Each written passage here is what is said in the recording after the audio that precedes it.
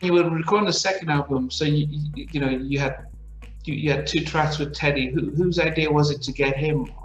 Because the songs were written by Hamilton, is it? Roy Hamilton. Yeah. Roy Hamilton and Bishop. They were produced by Roy Hamilton.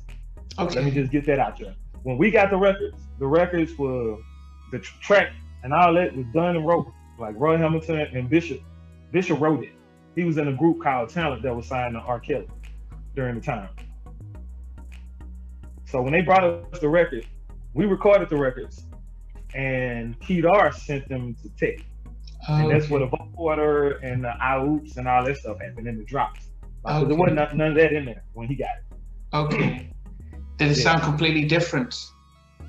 Yeah, when he put the drops in it, we was like, oh yeah, okay, all right, yes. Okay. Okay, cool, yeah, cool. Thank you. We needed that. That's beautiful. Okay. And I think he had us to come back. Yeah, I had to go back to Virginia to re-record like certain parts that he wanted me to re-record. Okay. Teddy is he's a feeling genius. Like in the records, when you hear somebody like saying something real cool that Teddy produced, maybe Teddy told him to do that, because he did that to me a lot on Liar and Dan, especially on the remix. But I was in there by myself with him on that one. Wow. But he told me a lot of the stuff to do, and I was like, oh, okay, that's just feeling. Like you ain't really singing. It's what dudes would do if they drunk and they sang this song in the club. Like, well, yeah. Just make it sound good in the song. Like, yeah. You listen to if you heard Keith Sweat's "Make It Last Forever," the Devin McGee who sings the vocals. She was saying how Teddy was telling her how to do the sort of the stuff, and he's like 20 years old or something like that. Yep, like towards the end when you hear "I want our love to last a lifetime." Man, Teddy told Keith to do that. Like those type of things. Like he's good at moments in the record. Creating moments where you be like, I remember that. Like, yeah. Like if you listen to No Diggity, Ted ain't really singing this song. Yeah. You know what I'm saying? He kind of talks singing. Yeah. Like the way you work, yeah. You ain't got to sing that. So now here's the other thing, because you said that you went back to Virginia, so the guys didn't get to go back with you to see him to record and stuff. Now, so the issues were still happening where they were separating you from the rest of the guys. Now, to me, let me just say this. Let me preface this before I say it. To me, after our first encounter with Teddy in the studio, they ain't want all of us to be around him no more, because he told us a lot of stuff. When you get too much information, you are powerful. And Teddy gave us a lot of information in our first sit down with him after we got through recording. We stayed in the studio with him for like 2 hours, and he just talked to us. About the business? About our business, about our managers, about our lawyers, about all that. And we made a shift within probably like a couple months with our manager, our lawyer, with the label. Like we was. When you finished with Liar and Damn, and you finished the record, and Liar gets released out. Now, I guess before it even comes out, when they bring a song that says, "I'm taking the house, the car, the dog, and the kids, I want it," did you not think, okay, this is crazy? Because that is the most unrealistic sort of funny sort of thing I've ever seen. Tell you something funny. We didn't mind recording the record. We love recording the record. But when they started talking about making it a single, we was like, no. We was like, no, don't do that. Like, no, bro. Like, you gonna have everybody mad at us. But Kedar sat down and he said something real simple. He said, all right, I put y'all career in y'all hands. Y'all pick the single in. We was like, nah, you go ahead, bro. Like, nah, you ain't gonna blame us for messing this up. Like, nah, we gonna let you do it. Like, you good.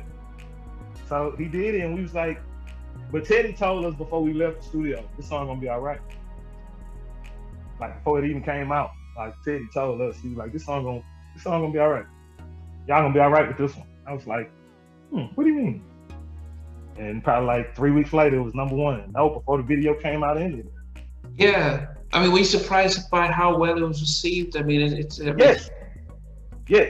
And we what let us know it's gonna be okay. We was in Houston at the at Six Flags, and we had a performance there, and we did our whole show from our first album. Then nobody moved. Like they didn't want to hear that. So as soon as we did Liar, and this was like the recording from the studio. Like we didn't master it, none of this. We just had to record. And our A&R say, do Liar. So we did Liar. Everybody in the crowd, when we doing this in the video, we got this from the people in the crowd. Are you kidding me? Okay. When we first started singing that song, they was doing this. You know, they was doing this at the stage while we were singing. We was like, okay, yeah, this is all right. This is working.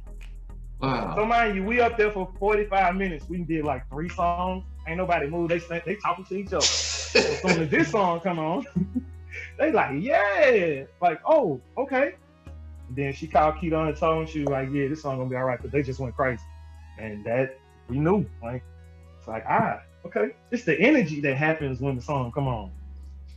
That's how you know. Like, was it good that you've had your first album and then the second album actually gets a big hit and stuff? Was it better? Were you guys prepared for it better, or would you prefer to be in the first album that Liar was on? Performance-wise, yeah. Like I felt like we were so much more prepared as performers. But business-wise, nah. I wish it would have been on the first album.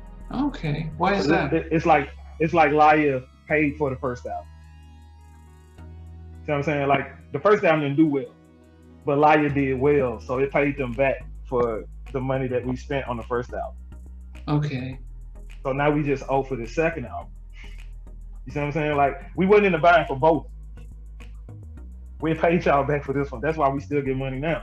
Like, cause that Liar song, it's still being spent right now. I still get like $17, $32, something. Yeah. But it's if it would have been on the first album, we wouldn't have we would have had to just follow up. You see what I'm saying? Like, and our back end would have been more. Yeah. First album. You see what I'm saying? And the reason I asked you that, because I asked a lot of people about the hits, would they prefer it being on their first or second album, and everyone says they want it as soon as quickly. You know, a hit is a hit. Yeah, like if it would have came out first, that would have been our first song. That would have been a hit. Like we would have been solidified in the business with that song. Like because it came on our second album, that's why people kind of look over us a little bit. Yeah. You know what I mean, like they only had one hit and it came on their second album. But if it would have came on that first album and then we would have followed it up on the second album with another one, oh yeah, we would have been good. Okay. Yeah, so that's really interesting. I guess so you Liar becomes big, and I think Damn does well as well.